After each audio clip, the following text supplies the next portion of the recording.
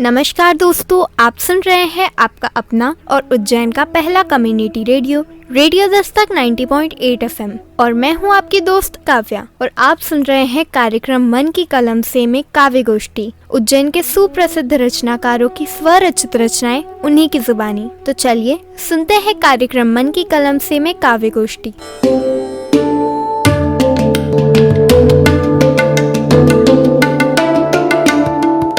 Radio Dastak के मन की कलम से कार्यक्रम में उपस्थित हैं लोकप्रिय लघु कथाकार, कवयित्री और श्रेष्ठ साहित्यकार प्राध्यापक डॉक्टर क्षमा सिसोदिया जी। आइए क्षमा जी, आप अपनी रचनाओं से हमें कृतार्थ कीजिए।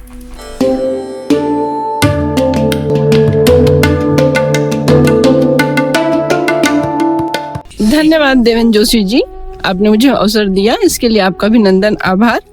आज मैं रेडियो दस्तक 19.8 FM पे उपस्थित हूँ अपनी एक कविता लेके। कविता का शीर्षक है औरत। यहाँ पे औरतों की संख्या मैंने ज्यादा देखी और मेरी कविता में सभी की बातें समाहित हैं, गौर करिएगा आप लोग। जी स्वागत है। जिंदगी की तकलीफों का बड़ी खूबसूरती से रफू पैबंद फिर तुरपाई करती रहती है और जिंदगी की तकलीफों का बड़ी खूबसूरती से रफू पैबंद और फिर तुरपाई करती रहती है औरत। अपनी चुप्पी भरी खामोश पलकों में 100 दर्द दफन कर लेती है औरत। क्या बात। अपनी चुप्पी भरी खामोश पलकों में 100 दर्द दफन कर लेती है औरत। दूसरों के क्रोध को भी धैर्यपूर्वक बड़ी मासूमियत से खूब सह लेती है औरत। परिवार चलाने बसाने की कला में भी खूब पारंगत होती है औरत। जिंदगी की तकलीफों की बड़ी खूबसूरती से रफू पैबंद फिर तुरपाई करती रहती है औरत। अपने मन की खुशियां भी छुपा लेती है, छुपा लेती है वह बनकर एक चिलमन के पर्दे की तरह। अपने मन की खुशियां भी छुपा लेती है वह बनकर एक चिलमन के पर्दे की तरह। अपने दुखते रगों को भी अलग अलग भूमिकाओं में खुद ही रच लेती है औरत। अपने दुखते रगों को भी अलग अलग भूमिकाओं में खुद ही रच लेती है औरत।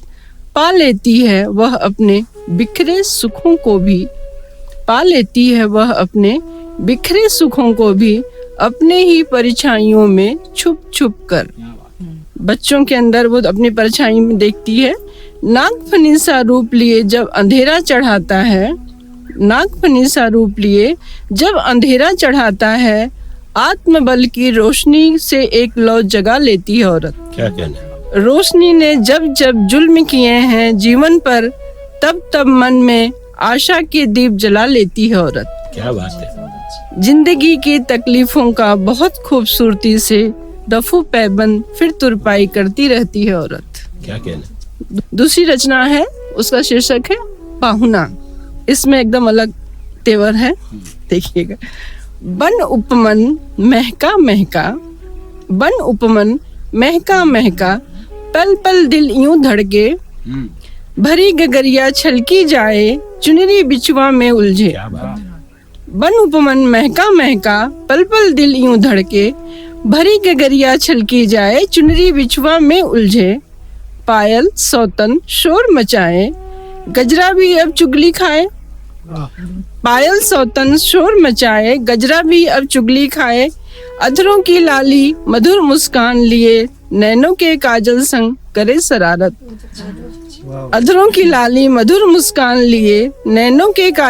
करे शरारत। ठिठोली कर अड़ जाए यहाँ वहाँ का सब राज बताए। नैन शर्म से झुक जाएं फिर भी सारे भेद छुपाए। क्या बात है। नैन शर्म से झुक जाएं फिर भी सारे भेद बताए। सर्द रातों में जब ठंड से गोरी का जिया थर थर कांपे तब पाहुना बने पिए के आगोश में वह झट समा जाए।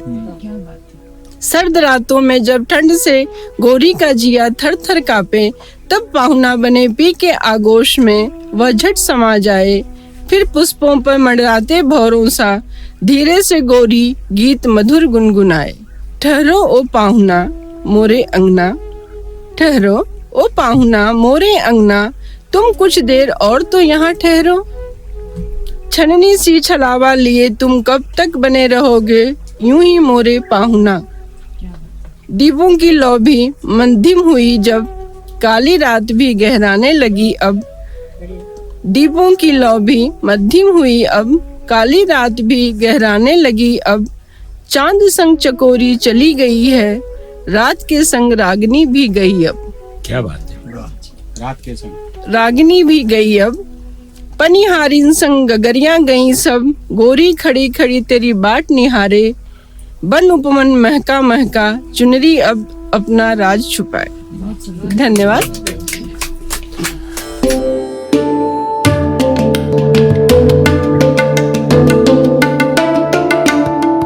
अभी आप रेडियो दस्तक के मन की कलम से कार्यक्रम में सुन रहे थे उज्जैन की श्रेष्ठ लोक कथाकार और कवियत्री डॉक्टर क्षमा सिसोदिया को। उन्हें अपनी श्रेष्ठ रचनाओं के लिए बधाई देते हुए हम इस क्रम को आगे बढ़ाते हैं। मित्रों, आज की इस रेडियो दस्तक की काव्य गोष्ठी में, जिसका शीर्षक है मन की कलम से, में हमारे आज के अगले रचनाकार हैं, लोकप्रिय व्यंग्यकार हैं।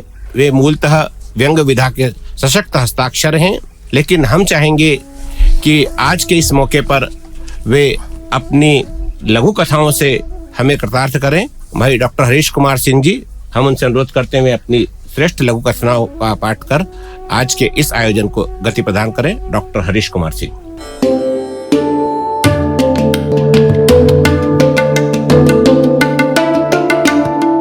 धन्यवाद डॉक्टर देवेंद्र जोशी जी। मैं डॉक्टर हरीश कुमार सिंह रेडियो दस्तक के सभी श्रोताओं का हार्दिक स्वागत करता हूं और अभिनंदन करता हूं। मैं आपको अपनी एक लघु कथा सुना रहा हूं। लघु कथा का शीर्षक है मोह माया। स्वागत है। विशाल पंडाल सज गया था। संत श्री प्रवचन देने पधार चुके थे। पूरे 7 दिन संत श्री के प्रवचन होने थे। आज प्रवचन का पहला दिन था। संत श्री ने अपने श्रीमुख से कहा कि हमें मोह माया में नहीं पड़ना चाहिए। रुपया पैसा तो हाथ का मेल है। मुझे देखिए, शरीर पर केवल एक ही वस्त्र धारण करता हूँ। अगले दिन समाचार पत्रों में पढ़ा कि संत श्री आयोजकों से नाराज होकर प्रवचन बीच में छोड़कर शहर से ही चले गए थे। कारण यह था कि संत श्री और आयोजकों के बीच प्रवचन के एवज में दी जाने वाली दक्षिणा की राशि को लेकर विवाद बढ़ गया था, जिससे संत श्री को ठेस पहुंची थी। बहुत सुंदर चटीला व्यंग्य एकदम। धन्यवाद। एक और लघु कथा रेडियो दस्तक के श्रोताओं के लिए प्रस्तुत है। स्वागत है। मैं हरीश कुमार सिंह। लघु कथा का शीर्षक है नया मंदिर। उनके पुश्तैनी भवन के बाहरी परिसर में ही बिल्कुल सड़क से लगा हुआ एक छोटा मंदिर था, जिसमें भक्ति भाव से परिजनों के साथ साथ मोहल्ले वाले भी पूजा अर्चना किया करते थे। एक बार प्रशासन ने जब सड़क चौड़ी करने के लिए मंदिर को हटाने या भवन के अंदर अन्यत्र स्थानांतरित करने की बात की, तो मकान मालिक के साथ साथ मोहल्ले वालों ने भी आसमान सर पर उठा लिया। प्रशासन दबाव में झुक गया तथा बात आई गई हो गई। कुछ समय पश्चात एक रियल एस्टेट वाले ने भवन मालिक से संपर्क किया तथा साझेदारी में पुश्तैनी भवन तोड़कर बड़ा शॉपिंग कॉम्प्लेक्स बनाने का प्रस्ताव रखा।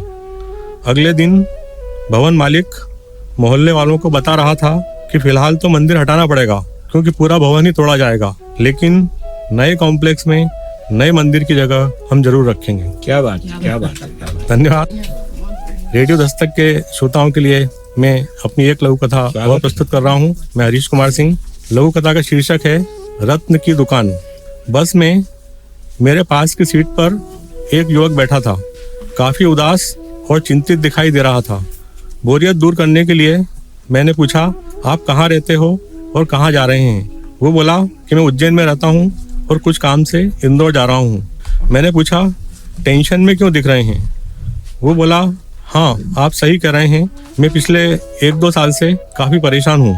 रुपए पैसे की चिंता नहीं है, मगर घर में क्लेश, अशांति और मानसिक सुख नहीं होने से अवसाद में हूँ। मैंने पूछा, आप क्या व्यवसाय करते हैं? वो बोला कि लोगों की समस्याओं के समाधान के लिए विभिन्न राशियों के रत्न, मोती और मूंगे बेचने की मेरी दुकान है। क्या बात है भाई, वाह। धन्यवाद धन्यवाद।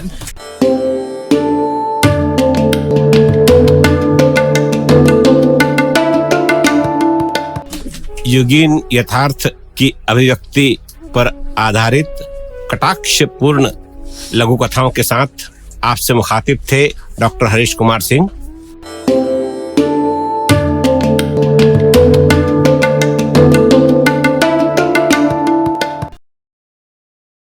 तो दोस्तों, आप सुन रहे हैं आपका अपना और उज्जैन का पहला community radio, radio Dastak 90.8 FM, और स्वागत है आपका हमारे विशेष कार्यक्रम मन की कलम से में काव्य गोष्ठी में, और मैं हूं आपकी दोस्त काव्या। दोस्तों, अभी हमने सुना कि किस तरह से रचनाकारों ने अपनी रचनाओं को कितने आनंद के साथ हमारे बीच प्रस्तुत करा। तो चलिए सुनते हैं हमारे रचनाकारों की अन्य रचनाएं कार्यक्रम मन की कलम से में काव्य गोष्ठी में। मन की कलम से रेडियो दस्तक के इस लोकप्रिय कार्यक्रम में हमारे अगले रचनाकार के रूप में आपसे मुखातिब हो रहे हैं एक श्रेष्ठ शायर, और जो हिंदी कवि सम्मेलनों के मंच पर अपनी लोकप्रिय शायरी से सर्वाधिक दाद बटोरते हैं, ऐसे डॉक्टर रफीक नागौरी जी।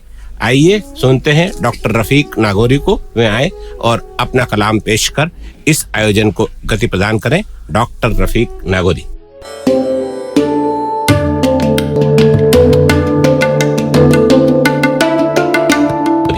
बहुत शुक्रिया डेवन जोशी जी। मैं रफीक नागौरी आपके सामने अपनी गजल का मतलब पेश कर रहा हूँ। स्वागत है। कि बहुत मजबूर हो जाती है तब एहसान लेती है, बहुत मजबूर हो जाती है तब एहसान लेती है, कोई खुददार बेवा कब किसी से दान लेती है। वाह वाह वाह। कोई खुददार बेवा कब किसी से दान लेती है। शायरी देखिए। हाँ। कि गरीबी सच भी बोले तो कोई सुनता नहीं साहब, गरीबी सच भी बोले तो कोई सुनता नहीं साहब, अमीरी झूठ भी बोले तो दुनिया मान लेती है। वाह वाह। अमीरी झूठ भी बोले तो दुनिया मान लेती है, मेरा बेटा तो अक्सर टाल देता है मेरा कहना। एक यूनिवर्सल ट्रूथ बता रहा हूँ आपको शायरी के जरिए कि मेरा बेटा तो अक्सर टाल देता है मेरा कहना, मेरा बेटा तो अक्सर टाल देता है मेरा कहना, मगर बेटी हमेशा बात मेरी मान लेती है। बहुत सुंदर। मगर बेटी हमेशा बात मेरी मान लेती है, बस इतना फर्क होता है हवस में और मोहब्बत में, बस इतना फर्क होता है, बस इतना फर्क होता है हवस में और मोहब्बत में। हवस ईमान लेती है, मोहब्बत जान लेती है। बात है, वाह वाह वाह। हवस ईमान लेती है, मोहब्बत जान लेती है। रफीक अपनी गजल में खास तो कुछ भी नहीं, लेकिन रफीक अपनी गजल में खास तो कुछ भी नहीं, लेकिन मेरे लहजे से ये दुनिया मुझे पहचान लेती है। बढ़िया, वाह भाई। मेरे लहजे से ये दुनिया मुझे पहचान लेती है। बहुत शुक्रिया दोस्तों। मैं रफीक नागौरी फिर एक गजल आपके सामने तरन्नुम में पेश करता हूँ। स्वागत है। तेरी जुल्फों की काली घटा ले गई, तेरी जुल्फों की काली घटा ले गई, तेरी जुल्फों की काली घटा ले गई, मेरा दिल तेरी कातिल अदा ले गई, मेरा दिल तेरी कातिल अदा ले गई। शेर देखिए।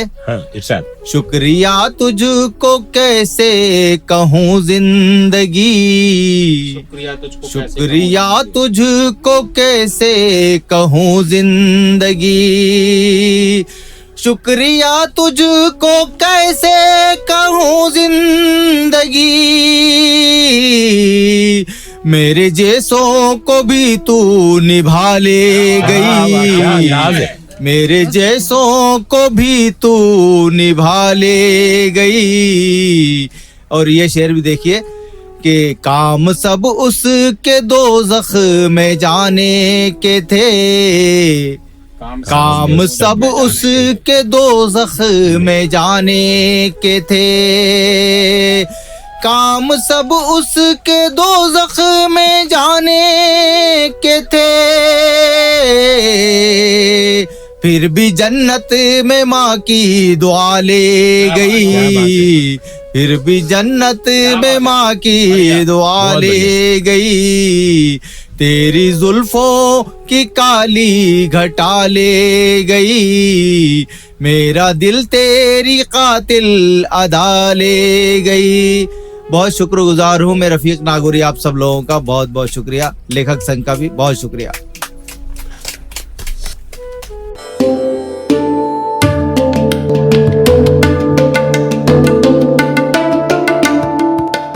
मन की कलम से रेडियो दस्तक के इस लोकप्रिय कार्यक्रम में अभी आप सुन रहे थे श्रेष्ठ शायर और गजलकार डॉक्टर रफीक नागौरी को।